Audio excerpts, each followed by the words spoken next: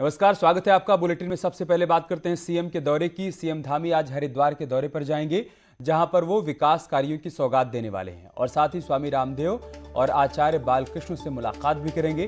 देहरादून से ये बड़ी खबर हम आपको बता रहे हैं कि आज उनका कार्यक्रम क्या है। आज हरिद्वार के दौरे पर रहेंगे सीएम धामी। सुबह 10:15 पर पतंजलि योगपीठ पहुंच जाएंगे सीएम। स्वामी रामदेव और साथ ही आचार्य बालकृष्ण से इस दौरान वो मुलाकात करेंगे और फिर 11:30 बजे रुड़की सब डिस्ट्रिक्ट अस्पताल भी जाएंगे। रुड़की को विकास की तमाम सौगात भी सीएम आज देने वाले हैं। 3:30 बजे हरिद्वार में ईएसआई अस्पताल का शिलान्यास भी करेंगे। और हमारे सहयोगी दीपांकर भट्ट इस वक्त लाइव हमारे साथ जुड़ चुके हैं। दीपांकर, क्या जानकारी है आज के पूरे कार्यक्रम के बारे में? बिल्कुल अमित, आज मुख्यमंत्री का पूरा दिन हरिद्वार में बीतने वाला है और हरिद्वार में खास तौर पे पतंजलि पहले उन्हें जाना है, उसके बाद रुड़की जाएंगे। रुड़की में जो लोकल विधायक है प्रदीप बत्रा, और वहां पर उनके साथ उनकी मौजूदगी में वहां पर कुछ लोकार्पण और शिलान्यास के प्रोग्राम्स हैं। उसके बाद हरिद्वार पहुंचेंगे। हरिद्वार में एएसआई के एक हॉस्पिटल के लिए जो अभी तक 100 बेड का था उसे 300 बेड का किया गया है। उसके लिए एक सेंटर से अप्रूवल मिला है, बजट भी उसके लिए अप्रूव हो चुका है, तो उसका आज मुख्यमंत्री 3:30 बजे हरिद्वार में शिलान्यास करेंगे। इस दौरान जो हरिद्वार के प्रभारी मंत्री हैं धन सिंह रावत, प्रदेश अध्यक्ष हैं मदन कौशिक, जो हरिद्वार से विधायक भी हैं, वो भी मौजूद रहेंगे। और अगले हफ्ते हरिद्वार से परिवर्तन यात्रा की शुरुआत होनी है 18 तारीख को कांग्रेस की। तो कहीं ना कहीं बीजेपी उस मूड को भी एक डाउन करने की कोशिश करेगी। और हरिद्वार एक बड़ा डिस्ट्रिक्ट है, 11 सीटें यहां पर विधानसभा की हैं, तो मुख्यमंत्री के जाने से कहीं ना कहीं बड़ा मैसेज ये जरूर रहेगा कि पूरे डिस्ट्रिक्ट को जिस तरीके से आज कवर करेंगे रुड़की से लेकर हरिद्वार तक, और बीजेपी इसको एक मजबूती के साथ यहां पर इलेक्शन लड़ने की कोशिश करेगी 2022 में। अमित, ठीक है, बहुत शुक्रिया आपका हमारे साथ जुड़ने के लिए दीपांकर और जानकारी हम तक पहुंचाने के लिए। आगे बढ़ते हैं। Retired lieutenant general Gurmeet Singh को उत्तराखंड के नए राज्यपाल के तौर पर नियुक्त किया गया है। बेबी रानी मौर्य के इस्तीफे के बाद उन्हें जिम्मेदारी दी गई है। आपको बता दें कि साल 2016 में गुरमीत सिंह सेना से रिटायर हुए थे। भारतीय सेना में रहते हुए उनकी बेहतरीन सेवा के लिए उन्हें 4 बार राष्ट्रपति पुरस्कार से सम्मानित किया गया, जिसमें 2 गैलेंट्री और 2 chief of army staff commendation award भी शामिल हैं। उन्हें चीन मामलों का विशेषज्ञ भी माना जाता है। गुरुवार को केंद्र सरकार की संस्तुति के बाद राष्ट्रपति रामनाथ कोविंद ने भारतीय सेना से retired lieutenant general Gurmeet Singh को उत्तराखंड का नया राज्यपाल नियुक्त कर दिया।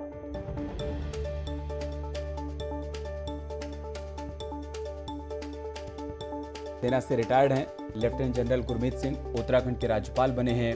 बेबी रानी मौर्य के इस्तीफे के बाद अब उन्हें उत्तराखंड का नया राज्यपाल बनाया गया है। फरवरी 2016 में सेना से रिटायर हुए थे। उप प्रमुख सहायक जनरल भी रह चुके हैं गुरमीत सिंह। 15वीं कोर कमांडर के पद पर भी तैनात रहे थे गुरमीत सिंह। चीन अध्ययन समूह की बैठक का हिस्सा भी रहे हैं। चीन से जुड़े रणनीतिक मुद्दों का उन्होंने बखूबी संचालन किया है, उसे संभाला है। 7 बार चीन का वो दौरा कर चुके हैं। 4 बार राष्ट्रपति पुरस्कार विजेता हैं गुरमीत सिंह, जो अब उत्तराखंड के नए राज्यपाल बनाए गए।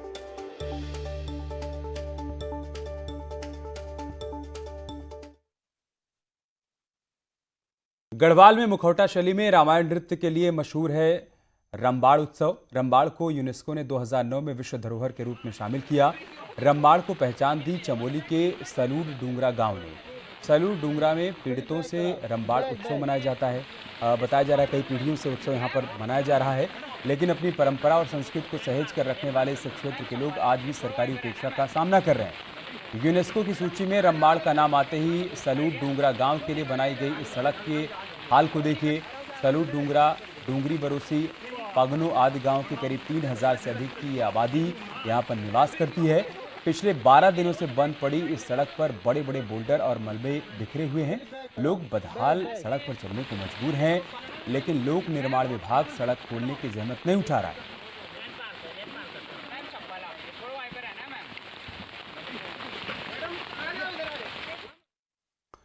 चारधाम यात्रा को लेकर राज्य सरकार ने सुप्रीम कोर्ट में एसएलपी वापस ले ली है और साथ ही सुप्रीम कोर्ट ने सरकार को अनुमति दी है कि वो इस मामले को लेकर फिर से हाई कोर्ट में जा सकते हैं। राज्य सरकार ने 28 जून के हाई कोर्ट के उस आदेश के खिलाफ एसएलपी दाखिल की थी, जिसमें हाई कोर्ट ने चारधाम यात्रा पर रोक लगाई थी। 6 जुलाई को याचिका दाखिल हुई थी और अब 9 सितंबर को उसे वापस ले लिया गया है। अब हाई कोर्ट चारधाम यात्रा शुरू करने की इजाजत देता है तो यात्रा जल्द ही शुरू हो सकती है। आज हुई थी और माननीय सुप्रीम कोर्ट ने राज्य सरकार के प्रार्थना पत्र को स्वीकार करके याचिका वापस लेने की अनुमति प्रदान कर दी है और एसएलपी आज वापस हो गई है। बीजेपी में उमेश शर्मा काऊ विवाद के बाद पार्टी महामंत्री कुलदीप कुमार ने जांच पड़ताल शुरू कर दी है। इस बार पार्टी अनुशासनहीनता पर सख्त कार्रवाई के मूड में है और साथ ही इस बार किसी भी पदाधिकारी को नोटिस जारी नहीं किया जाएगा। पार्टी महामंत्री खुद इसकी जांच करेंगे और जांच के बाद दोषी पदाधिकारियों को अपना पक्ष रखने का मौका दिया जाएगा। साथ ही विधायक काऊ के समर्थन में बयानबाजी पर भी पार्टी सख्त है और इसका भी संज्ञान लिया जा रहा है।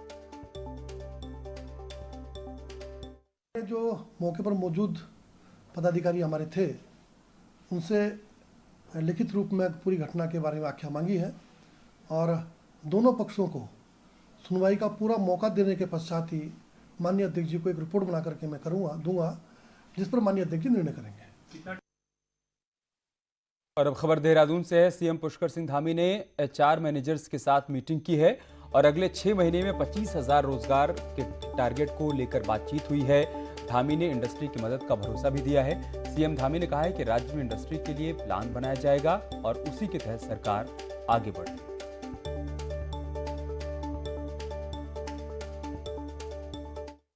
राजनीतिक गलियारों में एक चर्चा तेज है कि एक और विधायक बीजेपी का दामन थाम सकते हैं। आखिर कौन है विधायक और अचानक क्यों गरमा रही है उनके बीजेपी में शामिल होने की चर्चा, आइए आपको दिखाते हैं। बीते चुनाव में बीजेपी और कांग्रेस के प्रत्याशियों को हराकर विधानसभा पहुंचे निर्दलीय विधायक अपनी मंजिल चुनने लगे हैं। धनौल्टी से विधायक प्रीतम सिंह पवार बीजेपी का दामन थाम चुके हैं, लेकिन अब चर्चा भीमताल से निर्दलीय विधायक राम सिंह कैड़ा को लेकर है, जो इन दिनों बीजेपी नेताओं के बेहद करीब दिख रहे हैं। हालांकि कैड़ा अभी खुलकर पत्ते नहीं खोल रहे। 2017 में मैंने निर्दलीय चुनाव जिस रूप में लड़ा और उसी रूप में और उन्हीं तैयारियों के साथ मैं 2022 में भी चुनाव लड़ने की तैयारी कर रहा हूं और भविष्य में जो मेरी जनता का आदेश होगा उस आदेश का पालन करूंगा। 2022 में अभी समय है। कैड़ा के बीजेपी नेताओं से मुलाकातों का सिलसिला क्या बढ़ा कि भीमताल से बीजेपी से टिकट की आस में मेहनत कर रहे नेता चौकन्ने हो गए हैं और अब पार्टी को अपना समर्पण और किए गए काम याद दिला रहे हैं। मेरे जैसे कई कार्यकर्ताओं ने मेहनत करके पार्टी में अपना आगे बढ़े हैं और सबकी महत्वाकांक्षाएं रहती हैं कि वो राजनीतिक क्षेत्र में आगे बढ़ें, अपने जनप्रतिनिधि बने। आज राम सिंह कैड़ा की भी आने की बात हमारी पार्टी में हो रही है। मुझे पूर्ण विश्वास है अपने केंद्रीय नेतृत्व पे, प्रदेश के नेतृत्व पे कि उचित निर्णय लेंगे। विधानसभा चुनाव के टिकट के ऐलान से पहले अभी बहुत कुछ राजनीतिक उलटफेर होने बाकी हैं। ऐसे में भीमताल से विधायक कैड़ा की संभावित एंट्री हो या धनौल्टी से प्रीतम सिंह की, ये उन नेताओं के लिए खतरे की घंटी भी है जो विधायक बनने का पहले से ख्वाब पाले बैठे हैं। न्यूज़ 18 के लिए हल्द्वानी से शैलेंद्र नेगी की रिपोर्ट। दरअसल चुनाव आए तो सियासी दलों में तोड़फोड़ भी शुरू हो गई है। बुधवार को प्रीतम पवार ने बीजेपी ज्वाइन की और अब तो दावा 3 और विधायकों के बीजेपी में आने का किया जा रहा है। उत्तराखंड बीजेपी ने करीब 3 महीने पहले एक कमेटी बनाई। कमेटी का काम था प्रदेश भर में और खासकर उन विधानसभा सीटों पर जहां पार्टी के विधायक नहीं हैं या कमजोर स्थिति में हैं, प्रभावशाली लोगों को पॉइंट करना, पार्टी में शामिल कराना। बीजेपी ने अपनी इस रणनीति को अंजाम देना शुरू कर दिया है। टारगेट है मुख्य विपक्षी पार्टी कांग्रेस। अब दावा है कि चुनाव तक कई और बड़े नाम बीजेपी से जुड़ेंगे। कांग्रेस खेमे में झटपटाट है और वो झटपटाट जो है विकास की ओर है कि भाई विकास के साथ जाना है। तो धीरे धीरे जैसे जैसे दिन नजदीक आएंगे चुनाव के, वैसे वैसे आप लोगों को पता चलेगा। लैंसडाउन से विधायक दिलीप रावत ने तो बाकायदा दावा भी कर डाला है कि एक निर्दलीय समेत कांग्रेस के 3 विधायक पार्टी के संपर्क में हैं और जल्द ही बीजेपी ज्वाइन करेंगे। जब जहाज डूबता है तो कई लोग आते हैं, कई लोग कूदते हैं, तो मुझे नहीं लगता कांग्रेस का जहाज जो डूबने वाला है उसमें कई लोग हमारे संपर्क में। कितने लोग लगभग संपर्क में हैं? लगभग अभी 3 विधायक और हमारे संपर्क। बीजेपी की रणनीति है कि चुनावी मैदान में 2-2 हाथ करने से पहले ही विपक्ष पर पूरी तरह से मनोवैज्ञानिक दबाव बना देना और फिलहाल तो बीजेपी इसमें आगे दिख रही है। देहरादून से न्यूज़ 18 के लिए सुनील नवप्रभात की रिपोर्ट। उधम सिंह नगर में बाजपुर के महेशपुरा में उस वक्त एक बड़ा हादसा होने से टल गया जब एक तेज रफ्तार से जा रहे डंपर ने कार और ई रिक्शा को पीछे से टक्कर मार दी, जिससे कार उछलकर दूसरी तरफ जा गिरी। वहीं ई रिक्शा को डंपर अपने साथ घसीटता हुआ लेकर गया। हादसे में ई रिक्शा चालक गंभीर रूप से घायल हो गया है। डंपर चालक अपनी गाड़ी छोड़कर मौके से फरार हो गया, जबकि इस हादसे की तस्वीर पास में लगे सीसीटीवी में रिकॉर्ड हो गई। पूरा में एक एक्सीडेंट हुआ था जिसमें एक डंपर के द्वारा ओवर स्पीड और रैश ड्राइविंग करते हुए एक कार और एक टुकटुक को टक्कर मारी है। इसमें टुकटुक ड्राइवर बुरी तरह से घायल हुआ है और वर्तमान में उसका इलाज सुशीला तिवारी हॉस्पिटल हल्द्वानी में चल रहा है। पिथौरागढ़ टैक्सी यूनियन और पुलिस के बीच विवाद बढ़ता जा रहा है। टैक्सी यूनियन ने सीओ सिटी पर एक टैक्सी चालक के साथ मारपीट करने का आरोप लगाया है। टैक्सी यूनियन ने डीएम ऑफिस में प्रदर्शन कर इस घटना पर अपना विरोध दर्ज कराया। टैक्सी यूनियन का आरोप है कि पुलिस आए दिन उनका उत्पीड़न कर रही है। प्रदर्शनकारियों ने सीओ सिटी के खिलाफ कार्रवाई करने की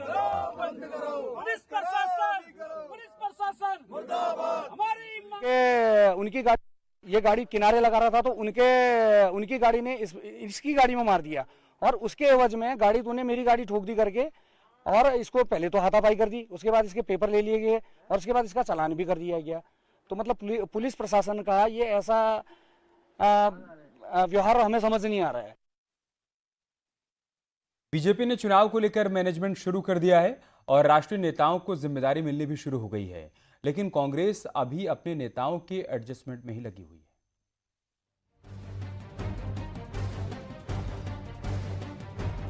बीजेपी के केंद्रीय नेतृत्व ने 3 नेताओं को चुनाव के लिए प्रभारी और सह प्रभारी बनाया है। प्रहलाद जोशी, लोकेश चटर्जी और आरपी सिंह के साथ उत्तराखंड में समीकरणों को भी साधा गया है। कर्नाटक से ताल्लुक रखने वाले प्रभारी प्रहलाद जोशी के जरिए जहां ब्राह्मण वोट पर नजर है, वहीं बंगाल से सांसद लोकेश चटर्जी से बंगाली समुदाय को साधने की कोशिश है। वहीं आरपी सिंह के जरिए सिख वोट पर नजर है और कोशिश किसानों की नाराजगी कम करने की है। मुख्यमंत्री पुष्कर धामी का कहना है कि बीजेपी का मैनेजमेंट है और प्रधानमंत्री मोदी के नाम पर सबको भरोसा है। बड़ा अच्छा है, हमारे यहाँ पर जो प्रभारी बने हैं उनके आने से हमारे संगठन को काफ़ी मजबूती मिलेगी और जो बीच में समन्वय है और अच्छा स्थापित होगा। सभी का विश्वास है, आज पूरा हिंदुस्तान नहीं पूरी दुनिया जो है मोदी जी के नेतृत्व को देख रही है और उनके नेतृत्व में भारत का मान सम्मान पूरी दुनिया के अंदर बढ़ा है। बीजेपी में नेताओं को जोड़ने और मैनेजमेंट को बेहतर बनाने का काम हो रहा है, तो वहीं कांग्रेस अपने नेताओं को एडजस्ट करने में जुटी है ताकि नाराजगी और बगावत न झेलनी पड़े। किसी को उपाध्यक्ष और किसी को संगठन मंत्री बनाया जा रहा है। भारतीय जनता पार्टी से कांग्रेस की तुलना नहीं की जा सकती। हमारे यहाँ आंतरिक रूप में भी लोकतंत्र है और जहाँ पर जो व्यक्ति संगठन के लिए उचित होता है हम उनको दायित्व देते हैं और वो अपने काम का निर्वहन करते हैं। मोदी मैजिक और बीजेपी का मैनेजमेंट ही था कि पार्टी को 2017 में रिकॉर्ड 57 सीटें मिली और कांग्रेस 11 पर आकर टिक गई। पर अब बात 2022 की है, जहां जितनी शानदार तैयारी होगी उसकी जीत भी उतनी ही बड़ी होगी। दीपांकर भट्ट, न्यूज़ 18, देहरादून। उत्तरकाशी में यमुनोत्री हाईवे पर दोबाटा के पास रोड बंद हो गई है। हाईवे पर पेड़ आने के चलते रोड बंद है, जिसके बाद पुलिस टीम मौके पर पहुंची। वुडन कटर की मदद से पेड़ को हटाया गया तो जेसीबी की मदद से मलबा हटाया गया और तुरंत ही हाईवे पर ट्रैफिक चालू हो पाया। उत्तराखंड पुलिस के इस फास्ट एक्शन की हर तरफ तारीफ हो रही है। और अब खबर काशीपुर से है, जहां पर अवैध कॉलोनाइजर्स की नींद उड़ी हुई है। प्रशासन द्वारा लगातार की जा रही कार्रवाई से अवैध कॉलोनी वालों में हड़कंप मचा हुआ है। मानकों के मुताबिक नहीं बनने वाली 2 कॉलोनियों को ध्वस्त किया गया। वहीं एक लंबी लिस्ट तैयार कर नोटिस भी जारी कर दिया गया है, जिनको जल्द ही सेटलमेंट के लिए कहा गया है। अगर अवैध कॉलोनियों को काटने वाले सेटलमेंट के जरिए शुल्क जमा नहीं कराते हैं तो जल्द ही उन कॉलोनियों पर बुलडोजर चलाया जाएगा। इसके पहले भी पिछले महीने हम लोगों ने 3 प्रॉपर्टी डिमोलिश की थी। अभी इस महीने की शुरुआत में ये हम लोगों ने कल भी एक प्रॉपर्टी डिमोलिश की है। इसके अलावा हम लोगों ने 3 प्रॉपर्टी जो है वो सील भी की जा चुकी है। तो लगातार इस चीज़ को लेके हम लोग बहुत ही सख्त हैं।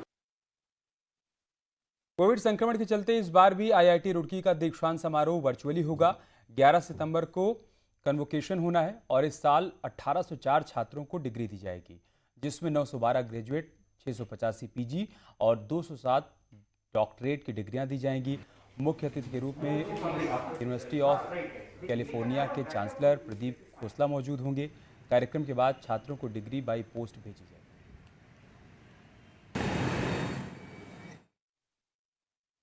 टिहरी के विधायक धन सिंह नेगी ने नई टिहरी में खुशियों की सवारी सेवा को रीलॉन्च किया और 2 वाहनों को हरी झंडी दिखाकर रवाना किया। करीब 4 सालों से बजट के अभाव में खुशियों की सवारी सेवा बंद चल रही थी, जिससे दूर दराज के मरीजों को खासी परेशानियों का सामना करना पड़ रहा था। लेकिन अब सरकार द्वारा इसे रीलॉन्च किया गया है, जिसके तहत टिहरी जिले को अभी 10 खुशियों की सवारी गाड़ियां मिली हैं, जो प्रेगनेंसी के केस में मरीजों को लेने और छोड़ने का काम है। गरीबों की चिंता की है और हमारी सरकार गरीबों के प्रति समर्पित सरकार है। ये खुशियों की सवारी अब जो है इसको 2 टायर के रूप में हमने किया है, यानी जाने का भी और लाने का भी दोनों का पैसा सरकार देगी। पिथौरागढ़ के अस्कोट में बीआरओ में तैनात संतोष कुमार हफ्ते भर से लापता हैं। लापता तलाश नहीं होने से नाराज परिजनों ने डीएम ऑफिस के बाहर प्रदर्शन किया। परिजनों का कहना है कि लापता होने की रिपोर्ट अस्कोट थाने में दर्ज करवाई गई है, लेकिन पुलिस गंभीर प्रयास नहीं कर रही है। परिजनों का आरोप है कि संतोष के पड़ोस में रहने वाले कुलदीप की पत्नी की इस मामले में भूमिका संदिग्ध है।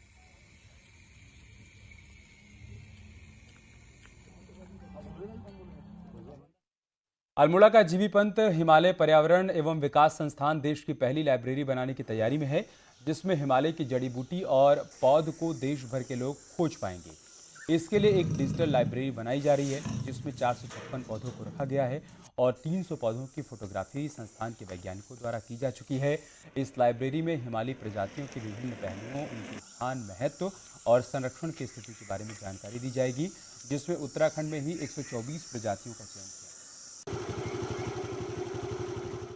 कितने हुए अभी फिलहाल है ना सर? उत्तराखंड में हमारे पास टोटल हिमालय का कंसर्न 456 हमारे पास अवेलेबल है। उत्तराखंड का कंसर्न 124 अभी हम लोग को थ्रेटन मिला है। उसमें से अराउंड 22 स्पीसीज को हम लोग हाइपरस्पेक्ट्रल का थ्रू अभी हम लोग ने कैप्चर किए हैं। यार रुक रहे छोटे से ब्रेक के लिए, जल्द लौटेंगे कुछ और खबरों के साथ।